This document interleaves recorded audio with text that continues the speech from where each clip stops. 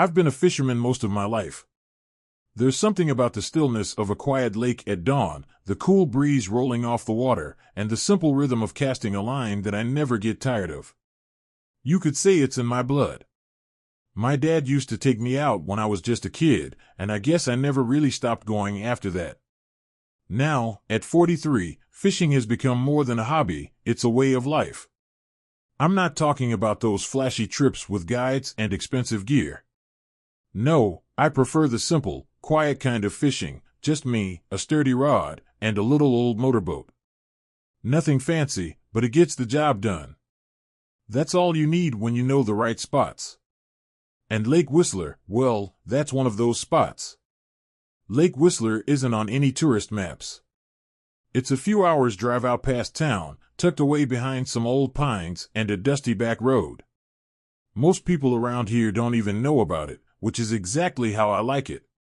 You won't find crowds, loud boats, or any noise except for the birds and the occasional splash of a fish breaking the surface. The lake has this peaceful feeling about it, like time slows down once you're out there. It's just you and the water, and nothing else matters. I've been fishing Whistler for years, and I've caught some real beauties out there. Bigmouth bass, northern pike, the kind that makes the fight worth it. Some folks in town say the lake's cursed, but I've never seen anything out of the ordinary, at least, nothing that couldn't be explained away by a few beers and a long day in the sun. But deep down, there's something about the place that gives me pause. Maybe it's the way the mist clings to the surface in the early morning, or the way the water seems too dark, like it's hiding something just beneath. But that's just talk, right? I'm not superstitious. The lake's always treated me well, and I've always come back with stories to tell. In fact, that's exactly what I was hoping for when I packed up my gear for another trip out there. This time, I was aiming for a quiet evening, just me and the sound of my line cutting through the water. The weather was perfect for it, clear skies, a light breeze, and that warm orange glow the sun casts right before it dips below the horizon. I had a feeling it was going to be a good night. Maybe I'd land another trophy bass to hang up in the garage, or at least something worth bragging about. But what I didn't know, as I loaded up the boat and headed out, was that this trip wasn't going to be like the others. No, this one was going to be different. This time, the lake had something else in store for me. The evening was perfect. The kind of evening fishermen dream about. The water on Lake Whistler was so still, it looked like glass, reflecting the warm hues of the setting sun. A light breeze occasionally rippled the surface, sending tiny waves lapping against the side of my boat. I leaned back, letting the silence wrap around me like a blanket. Out here, there was no phone buzzing, no traffic in the distance, just me and the endless calm of the lake. I cast my line and watched it sail across the water, landing with a gentle plop. As I waited for a bite, I let my thoughts drift, like they always did when I fished. It was the peace, the solitude, that kept me coming back. This was my sanctuary, a place where time seemed to stop. I could sit out here for hours, with nothing but the sound of nature around me. And right now, as the sun sank lower, the world felt as calm as it ever would. As peaceful as it was, though, Lake Whistler had its fair share of stories.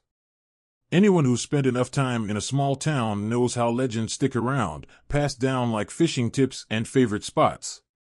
Most folks in town would tell you that something wasn't quite right about this lake. They'd say the water was too deep, too dark, and that on certain nights, things surfaced that had no business being there. Of course, I never believed in any of it. There's always been talk about strange things happening around Whistler. Some people claimed they'd seen shadows moving beneath the surface, long, twisting shapes that didn't belong to any fish anyone had ever caught. Others swore they heard strange sounds, like low groans coming from deep below the water. And then there were the stories about boats disappearing without a trace, pulled under by something lurking in the depths. Old man Samuels down at the bait shop used to say the lake was cursed. According to him, the natives who lived here long before the town was built believed Whistler was home to something ancient, something dangerous. He'd go on and on about how they wouldn't even fish these waters, out of fear of angering whatever lived down there. I'd nod along, smiling politely, but I never took him seriously. Samuels liked to talk, and the older he got, the wilder his stories became. Still, there were nights when I'd be out here, just like this one, and the lake would feel different. It wasn't anything I could put my finger on, just a feeling. The air would get heavier, the water a little too quiet. There were times when I felt like I was being watched, even though I knew there wasn't a soul around for miles. It was silly, of course. Just tricks your mind plays on you when you're alone with your thoughts for too long. But that didn't stop the legends from growing. I'd hear bits and pieces from other fishermen, how they'd reel in their line to find their bait missing, but the hook untouched. Or how the fish seemed to scatter without warning, like something bigger had moved through the water. More than once, I'd been out here and seen other boats leave in a hurry, as if they'd suddenly decided they didn't want to be on the lake anymore. I didn't believe in any of that, though. I never had a reason to. I'd fished this lake for years and never seen a thing I couldn't explain. Sometimes the water was just dark and deep, that's all. Some lakes are like that, full of mystery but not magic. Sure, it might feel a little eerie once the sun goes down, but that's just part of being out in nature. You spend enough time alone on a quiet lake, and your mind starts filling in the silence. As the sun dipped below the horizon, casting long shadows over the lake, I settled back and took in the view. The twilight hour was my favorite, just before night took over, when the world seemed to hold its breath. It was peaceful. The kind of peace I couldn't find anywhere else. That's why I came here. To get away from everything, to lose myself in the quiet. I had no reason to doubt the lake. I'd spent too many good evenings like this one, catching fish, watching the stars come out, and letting the world slip away.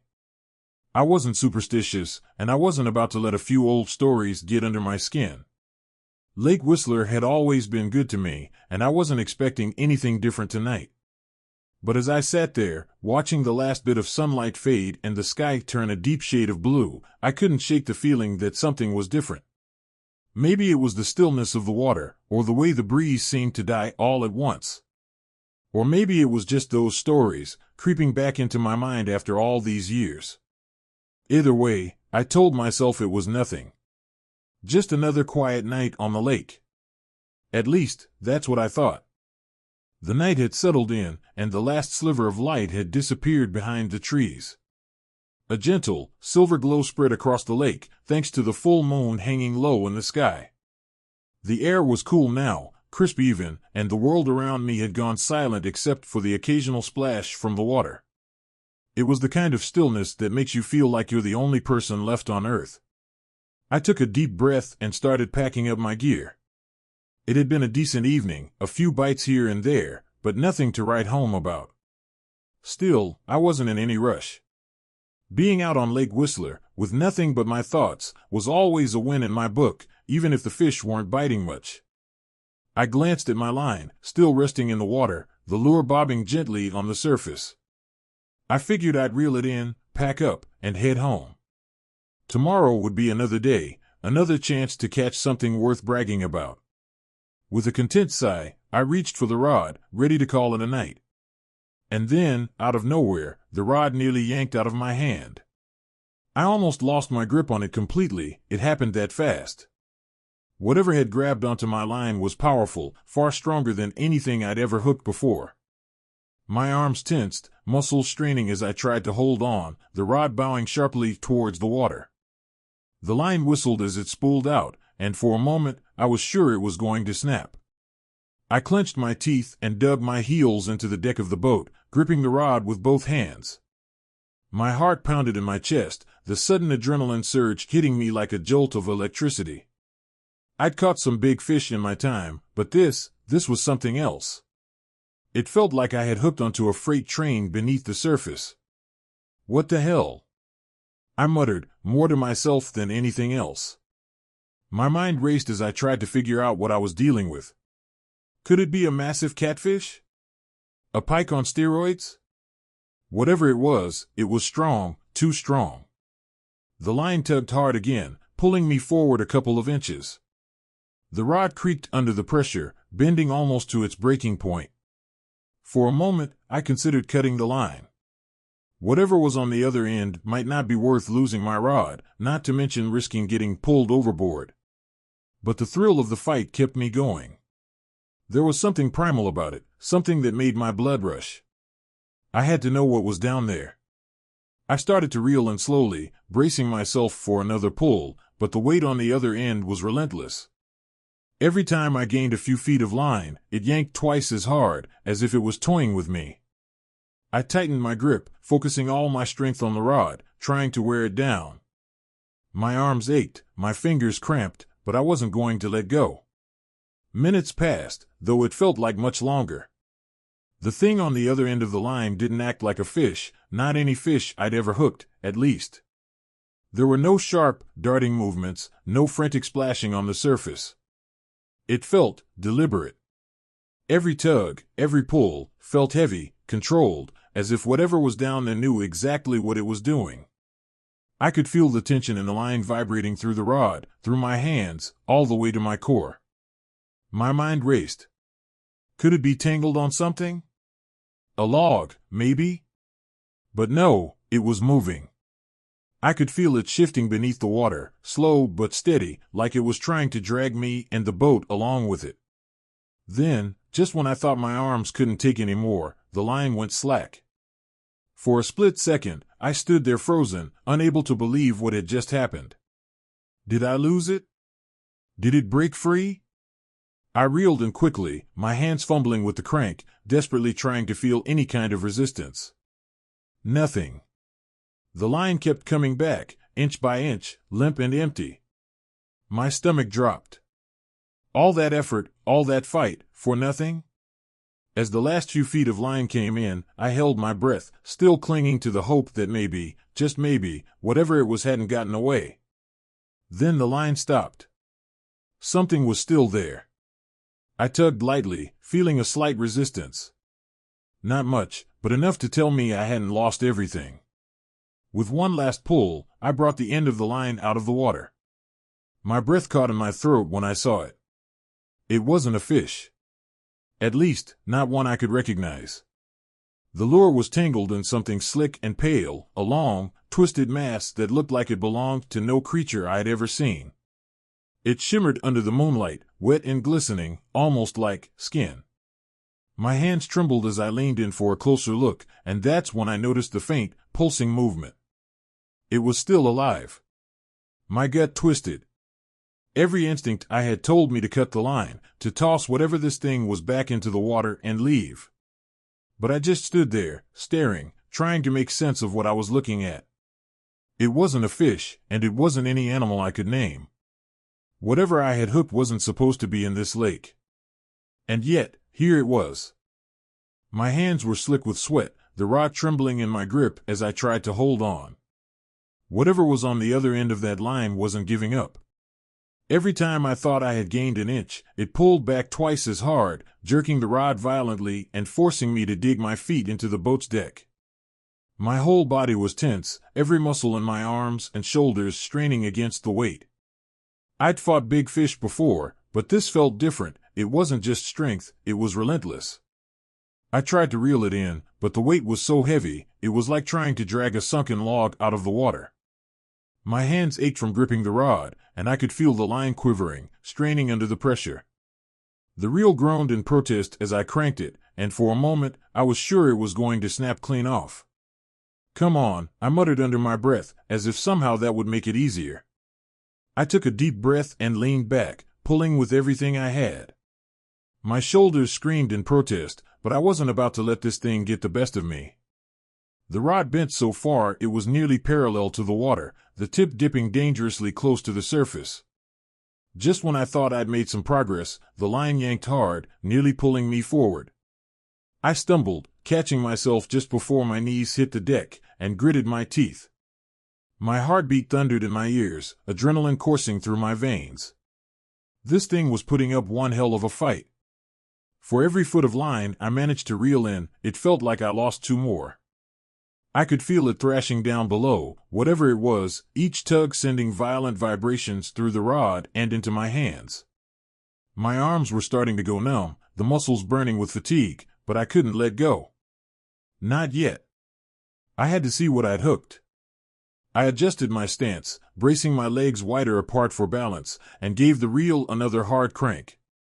This time, the line tightened even more, and I could feel the creature pulling back with renewed strength. It wasn't just fighting to get free, it was fighting like it knew I was trying to bring it up. Almost like it understood what was happening. Sweat dripped down my forehead, and I could feel my pulse pounding in my temples. My breaths came in shallow gasps, each one strained as I fought against the weight. The boat rocked slightly, the calm waters shifting beneath me, but all my focus was on the battle between me and whatever was lurking beneath the surface. I could feel it, close but not close enough. Another hard pull, and I almost lost my footing. The rod jerked again, bending so far I thought it would snap in two. My grip faltered for a split second, and I nearly dropped it. My whole body tensed as I tried to reel it in again, but the line held firm, refusing to budge. Whatever was down there was strong. Too strong. My legs were shaking now, my arms burning with every pull. My hands were raw from gripping the rod so tight, and I could feel the blisters forming beneath my fingers. I tried to steady my breathing, tried to calm the panic rising in my chest, but the struggle was wearing me down. It felt like the fight had been going on for hours, though I knew it had only been minutes. Time had started to blur under the strain. I gritted my teeth, summoning every bit of strength I had left, and gave the rod another hard yank. It barely moved. I could feel the weight pulling back, almost as if it was mocking me, daring me to keep going. My mind raced with thoughts of what it could be, some giant catfish, maybe, or a massive pike. But deep down, I knew this wasn't any normal fish. The water rippled ahead of me, and I caught a glimpse of movement just below the surface. It was closer now, close enough that I could almost see it, but not quite. The shape was blurry in the moonlight, distorted by the dark water, but I could tell one thing for sure, this thing was big. Bigger than anything I'd ever hooked before.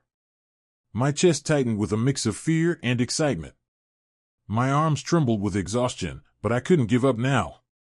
I was too close. I forced myself to keep reeling, even as the line pulled back, fighting me every step of the way. My breath came in ragged gasps, and I could feel the sweat dripping down the back of my neck. I leaned back again, pulling with everything I had, and finally, I felt the line give just a little. The creature thrashed beneath the surface, sending a spray of water up into the air, but I held firm, digging my heels in and pulling it closer. My muscles screamed in protest, but I didn't care. I had to see it. I had to know what was down there. And then, just as suddenly as it had started, the fight seemed to ease. The line went slack for a moment, the tension easing just enough for me to reel in a few more feet. My heart raced, but I didn't let myself relax. I knew better than to think it was over. Whatever I'd hooked wasn't done yet. I cranked the reel again, my hands shaking, and felt the weight shift beneath the water. It was coming closer now, almost within reach. My breath caught in my throat as I prepared myself for one final pull, ready to see what had been fighting me all this time. And then, with a sudden, violent jerk, the line went taut again, pulling harder than ever before. It felt like the whole lake was trying to rip the rod from my hands. My arms were on fire, trembling from the strain, but I wasn't about to let go now. The thing was close, I could feel it. The weight of it pulling against me had changed somehow. It wasn't fighting as wildly anymore, more like it was just dragging itself up from the depths. There was an eerie calm in the air, the kind that sends a chill down your spine even though there's no breeze. I kept reeling, my breath ragged, eyes glued to the water. The moonlight reflected off the surface in silvery ripples, and for a second, I thought I saw something move just beneath it.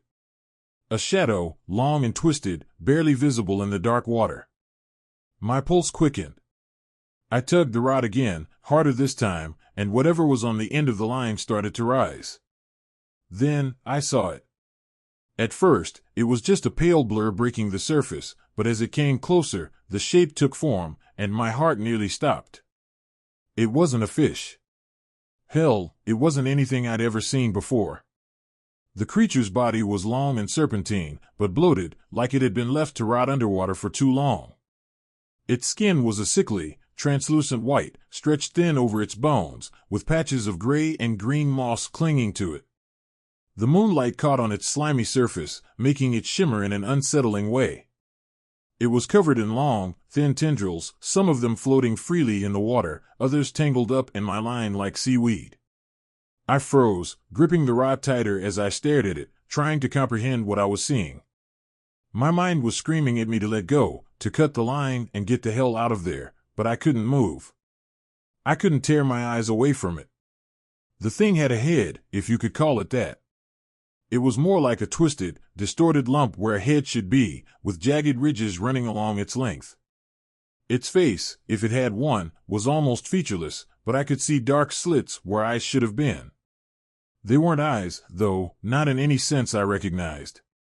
They were hollow, like two endless pits of blackness staring back at me. It didn't blink. It didn't flinch. It just floated there, its body undulating slightly, as if the water itself was breathing for it. And then I noticed its mouth, or what I thought was its mouth.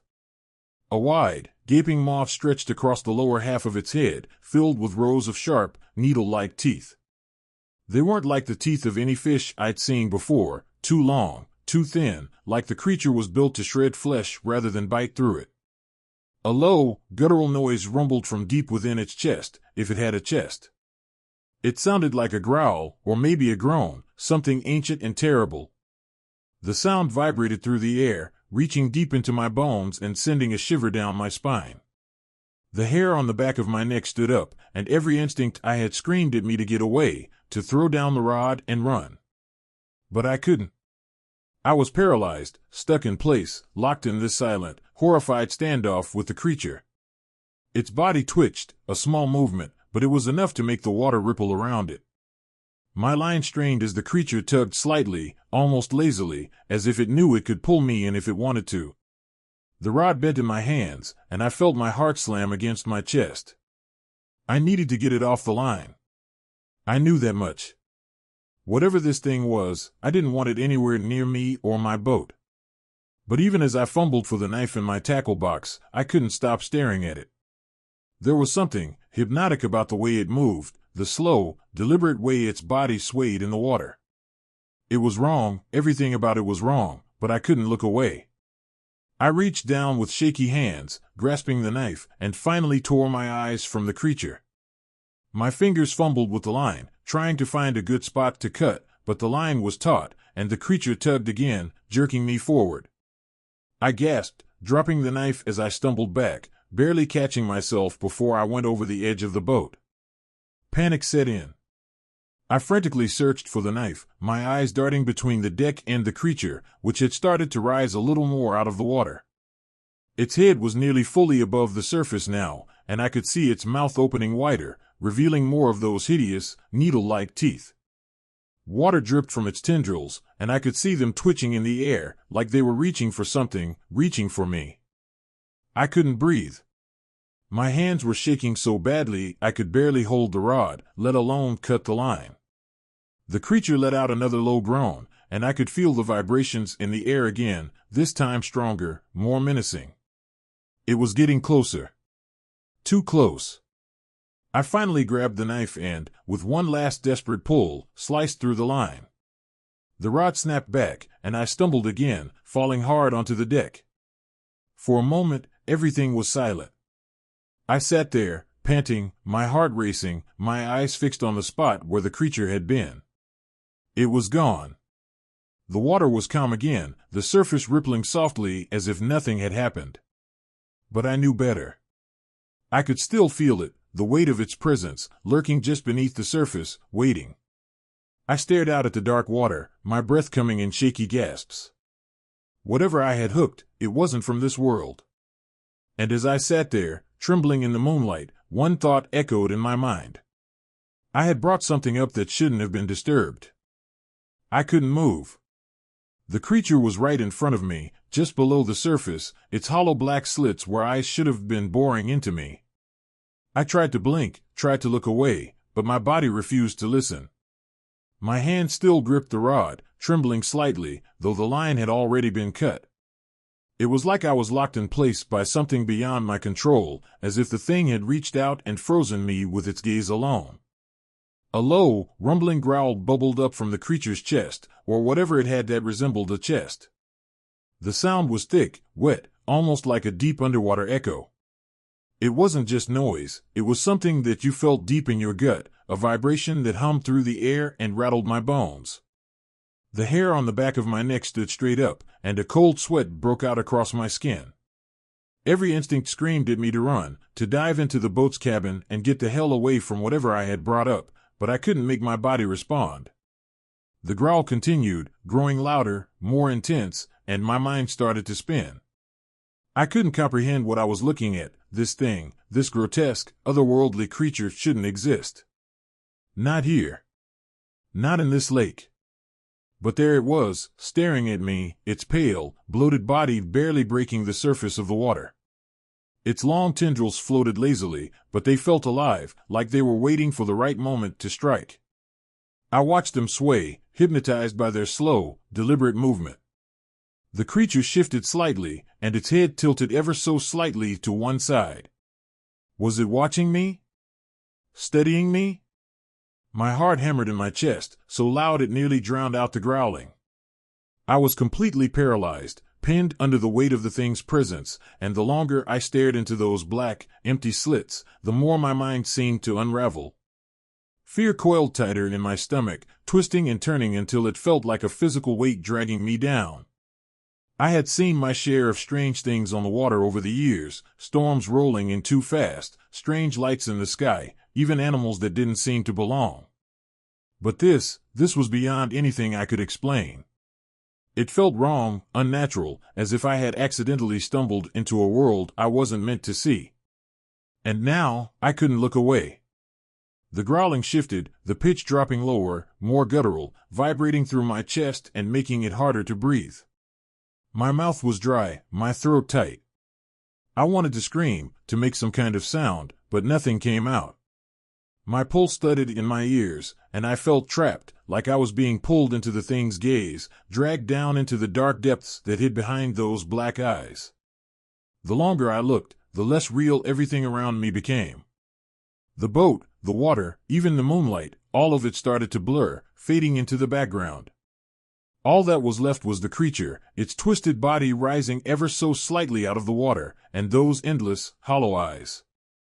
I could almost feel it pulling me in, like a drowning man being sucked under the current. I knew I needed to snap out of it, to break free of whatever hold this thing had on me, but I couldn't. I was frozen, completely helpless against the fear gnawing at my mind. A thought flashed through my head: what if it pulled me under? What if those tendrils reached out, wrapped around my legs, and dragged me into the black water below? My breath caught in my throat, the panic rising faster now, but my body still refused to respond. I was locked in place, eyes wide, heart pounding, as the creature's growl shifted into something almost like a whisper. A wet, slithering sound filled the air, like something brushing up against the boat's hull. Then, the creature's mouth twitched. My heart nearly stopped. The rows of needle-like teeth parted slightly, just enough to reveal the dark pit inside its mouth. It didn't move much, barely more than a subtle shift, but it was enough. The grotesque, jagged teeth glistened in the moonlight, and I could feel the weight of its hunger. My skin crawled with the sensation of being watched, like I was prey. I had to move. I had to break free before it decided to pull me under for good. But no matter how much I willed my arms or legs to respond, they stayed frozen, locked in place by some invisible force. The fear was overwhelming now, pressing down on my chest, making it hard to think straight. I didn't know what this thing was, but I knew one thing for sure: I was not supposed to be here. I had crossed the line, disturbed something that wasn't meant to be seen, and now it was staring back at me, waiting.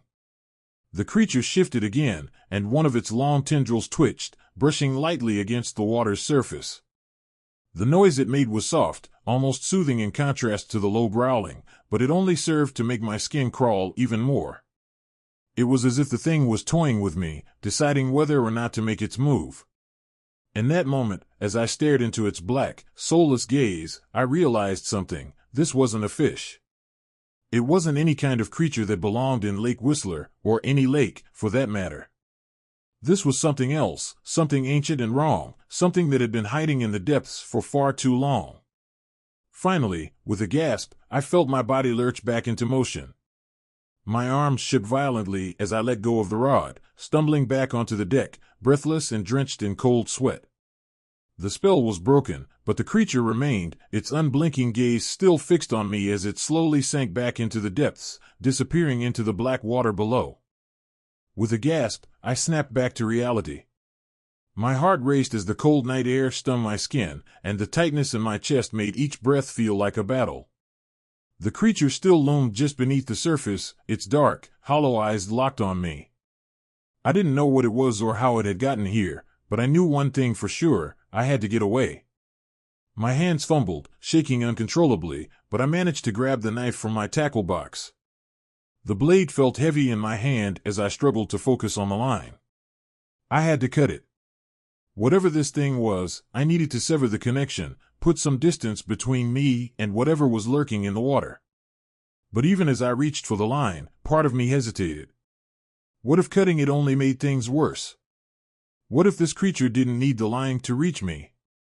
I pushed the thought out of my head and sliced through the line with a swift motion. The rod snapped back as the tension released, sending me stumbling backward.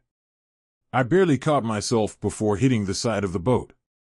The line went slack, coiling lifelessly on the deck, and for a split second, I felt a flicker of relief. It was over. I had cut the line. But the feeling didn't last. The lake had gone eerily still, the surface barely rippling in the moonlight. I strained to hear anything, birds, insects, even the soft lapping of water against the boat, but there was nothing.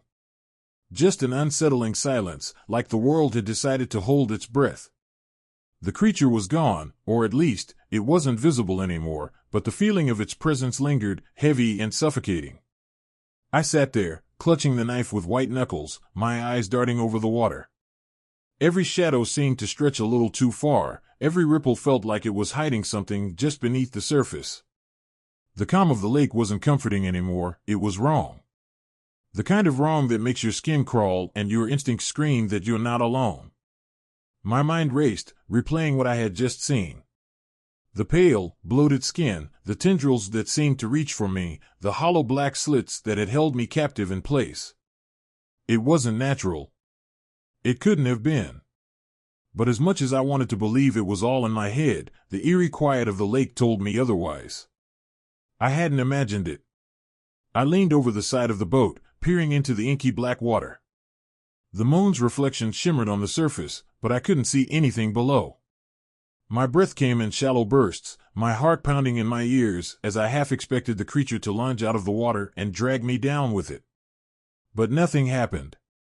The water stayed still, undisturbed. And yet, I couldn't shake the feeling that it wasn't really gone. Not entirely. I sat back, the knife still in my hand, staring out at the lake.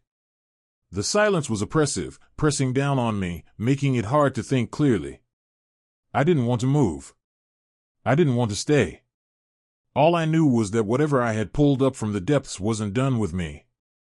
I could feel it in my gut, a lingering presence just out of sight, watching, waiting.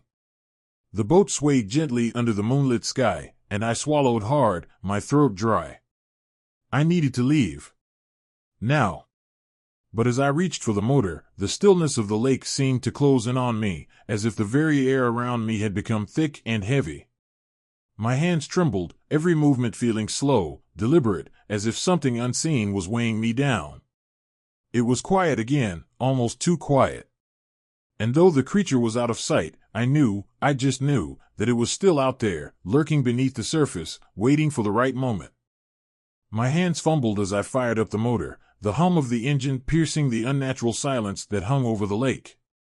The boat lurched forward, and I didn't bother looking back. I kept my eyes straight ahead, focusing on the distant outline of the shore. My heart pounded in my chest, each thud sending adrenaline surging through my veins. Every second spent on that water felt like a lifetime. The lake, which had always felt like a second home, now felt hostile, alien, almost. I could hear the motor chugging along, but it wasn't loud enough to drown out the nagging sense that something was still watching me. My breath came in short, panic bursts as my mind raced, replaying the image of that thing, its hollow eyes, its sickly pale body, and the feeling that it wasn't finished with me yet. The boat cut through the water, but every little ripple made my nerves jump.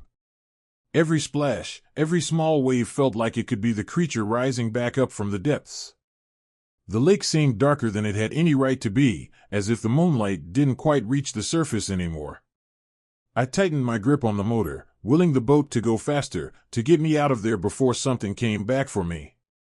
Then came a splash. My heart leapt into my throat. I whipped my head around, searching the water. Nothing. Just ripples spreading out from where something, a fish, maybe, had broken the surface. But I couldn't shake the feeling that it wasn't just a fish. That something far worse was lurking just out of sight, waiting for me to slip, waiting for me to stop running. Come on, I muttered, urging the boat forward. The shore wasn't far now, but it felt like the distance stretched out forever, like I was chasing a mirage. My hands were slick with sweat, trembling as I gripped the throttle. I was terrified to look back again, afraid I'd see something rising up from the depths, tendrils reaching out for me. The boat finally scraped against the shallow rocks near the shore, and I nearly jumped out before I'd fully cut the engine. I stumbled onto land, my legs shaky, but I didn't stop moving. I yanked the boat up onto the bank, not caring if it was secure, and made a beeline for my truck. The gravel crunched beneath my boots, the only sound besides my ragged breathing and the thumping of my heart. I reached the truck and slammed the door shut behind me, hands shaking as I fumbled with the keys. The engine roared to life, and I peeled out of the parking lot, the headlights cutting through the darkness as I sped down the dirt road leading back to town. Only when I was halfway down the road did I allow myself to glance in the rearview mirror. The lake was just a shadow now, hidden behind the trees, but even then, I couldn't shake the feeling that something was still out there, watching me leave. The drive home was a blur. My thoughts were a jumbled mess, replaying the night over and over in my head. That thing, whatever it was, wasn't natural. It wasn't something that belonged in a lake, let alone on this earth. But it had been real. I knew that much. My knuckles were white as I gripped the steering wheel, the sound of the engine the only thing keeping me grounded. When I finally pulled into the driveway, the house looked exactly the same as I'd left it. The porch light flickered dimly, and the trees swayed gently in the night breeze, but everything felt off. I shut off the engine and sat there for a moment, trying to steady my breathing, trying to convince myself that it was over. But it wasn't. Even as I walked up to the front door, the weight of the night clung to me like a shadow. I locked the door behind me, as if that would somehow keep out whatever I had encountered on the lake. The house was quiet, still, but that sense of unease followed me inside. I could hear the faint hum of the fridge, the ticking of the clock on the wall, but it all felt distant, like I was moving through a dream. I dropped my gear by the door, the rod still tangled in what remained of the line. My hands were still shaking, and my mind raced, unable to settle. No matter how hard I tried, I couldn't shake the image of those black, empty eyes staring up at me from the water. I couldn't stop hearing that low, guttural growl that had vibrated through the air, rattling my bones. I collapsed into a chair, staring blankly at the wall. I was home, safe, but it didn't feel that way. The creature was still out there, somewhere in the depths of Lake Whistler. And somehow, I knew it wasn't over. The lake had taken on a new life in my mind, a place I couldn't trust anymore. Something was waiting out there, lurking, and I had no idea what it wanted or when it would surface again. I couldn't shake the feeling that whatever I'd brought up from the deep wasn't done with me yet. I sat at the kitchen table, staring at my cup of coffee, but not really seeing it. My hands were wrapped around the warm mug, but no amount of heat could chase away the chill that had settled deep in my bones since that night on the lake. It had been 3 days, and I still couldn't stop thinking about it. Every time I closed my eyes, I saw the creature again, its hollow, black eyes, its slick, twisted body, rising out of the water like something dredged up from a nightmare. I hadn't told anyone. What would I even say? How do you explain something like that? No one would believe me anyway. Maybe I didn't even believe it myself. I kept trying to rationalize it, to convince myself that my mind had been playing tricks on me. Maybe it was just the darkness, the quiet of the lake, messing with my head. Maybe I'd hooked onto some old, rotting debris, something that had been underwater for years, covered in algae and muck, and my brain turned it into a monster in the moonlight. But deep down, I knew that wasn't true. I'd been fishing my whole life. I'd seen everything this lake had to offer: big catfish, northern pike, even the occasional snapping turtle. But nothing like that. Whatever I'd hooked, it wasn't normal. It wasn't natural. And no matter how hard I tried to push it away, that feeling of dread still clung to me. The way it had watched me, like it knew me, like it was waiting for something, that was real. As real as the fear that gripped me now, sitting in the quiet safety of my own home. I took a sip of coffee, but it tasted bitter, and I set the mug down. My eyes drifted to the window, where the early morning sun was starting to peek over the trees. I hadn't been back to the lake since that night. I'd fished at Whistler for years, and it had always been my place, my escape. But now? I wasn't so sure. The thought of going back out there, especially at night, sent a shiver down my spine. Fishing at night had always been my favorite: no distractions, no noise, just the water and me. But now, that silence felt like a trap, a place where something was waiting. I couldn't shake the feeling that whatever I had disturbed that night was still out there, somewhere in the depths of the lake, watching. Waiting. Maybe I was overreacting. Maybe it was all in my head. But even now, sitting here in broad daylight, I couldn't bring myself to go back out there. Not at night. Not with the memory of those hollow eyes burned into my mind. I shook my head, trying to clear the thoughts. Maybe I'd just take a break for a while, fish during the day, when the sun was high, and the water didn't seem so dark. There was something about the night, the way the shadows played tricks on your eyes, that made everything seem more sinister. I wasn't superstitious, but I'd be lying if I said I didn't feel like I'd crossed some invisible line that night, pulled something up from the deep that should have been left alone. I stood up, pushing the chair back, and walked over to the window. The sun was fully up now, casting a warm glow over the yard. Everything looked normal, peaceful even. But I couldn't shake the feeling that something had changed. I had changed. I wasn't afraid of the lake, not exactly, but I knew I wouldn't be fishing after dark anymore. Whatever was down there, I didn't want to see it again. I didn't want to give it another chance to surface. I told myself it was just a one-time thing, a freak accident, something that would never happen again. But that gnawing sense of unease wouldn't go away. Maybe I was being cautious, maybe I was being smart, or maybe I was just scared. But the decision was made: I wouldn't fish at night anymore. As I turned away from the window, I glanced at my gear sitting by the door. The rod I had used that night was still there, the line cut and coiled up.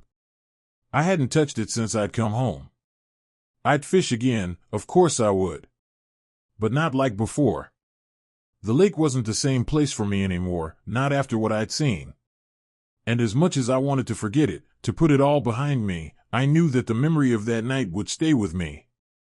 The feeling of being watched, of something lurking just beneath the surface, it was still there, no matter how much I tried to push it away. It had changed something in me. Something I couldn't ignore. I walked over to the door, locking it behind me as if that would somehow keep the fear at bay. But deep down, I knew better. Whatever was out there, in the depths of Lake Whistler, wasn't gone. And it wasn't finished with me. It's been a while since that night on Lake Whistler, but the memory of what I saw, of what I felt, hasn't faded.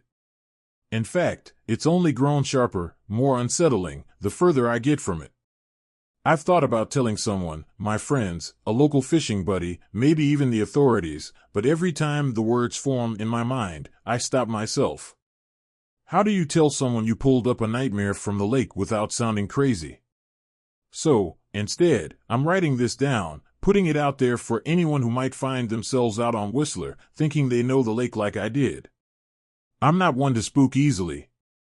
I've been on that water in storms that would send most folks running. I've pulled out fish bigger than most people have ever seen, but what I hooked that night, It wasn't something you can explain. It wasn't just a big fish or something that got tangled up in my line. It was something else. Something that doesn't belong in this world. I don't fish at night anymore. I'm not ashamed to admit that. Maybe it's overcautious, maybe it's even superstitious, but after what I saw, I'm not taking any chances. I know that sounds ridiculous. It sounds ridiculous to me, too, but when you felt the kind of fear that grips you by the throat and doesn't let go, you listen to it. You don't question it. That night changed something in me, made me realize that there are things in this world we aren't meant to mess with, things hiding in places we've fished 100 times, but never truly known. I don't know what's lurking in the depths of Lake Whistler. I don't even know if it's still there, waiting, or if I was just unlucky enough to cross its path. But what I do know is this: something ancient, something unnatural lives in those waters. I felt it. I saw it. And if you're smart, you'll steer clear of that lake when the sun goes down. Maybe you'll never encounter it. Maybe you'll fish Lake Whistler for years like I did, thinking it's just another quiet, beautiful place to drop a line and wait for a bite.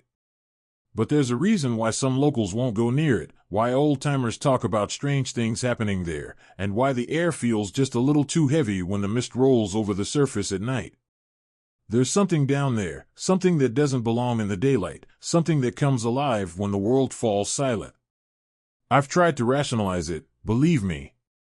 I've gone over every possible explanation in my head 1,000 times. But no matter how much I want to write it off as a hallucination, as a trick of the light or an overactive imagination, I can't. What I saw was real. And it wasn't just the creature, it was the feeling that came with it, the sense that the lake itself was watching, waiting for the next poor soul to pull something up from its depths that shouldn't be disturbed. So here's my advice: if you find yourself on Lake Whistler, especially at night, be careful. Keep your lines short and your wits about you. There are things in that water that no one should ever see, things that make you question what's lurking just beneath the surface of the world we know. I was lucky enough to make it back to shore, but next time, someone might not be. And if you hear a strange growl, feel the water ripple when there shouldn't be a breeze, or catch a glimpse of something pale and twisted in the moonlight, cut your line and leave. Fast. Some things are better left beneath the surface. And Lake Whistler? It's hiding something that should stay there. Take it from me. I'll never forget what I saw. And you don't want to see it for yourself.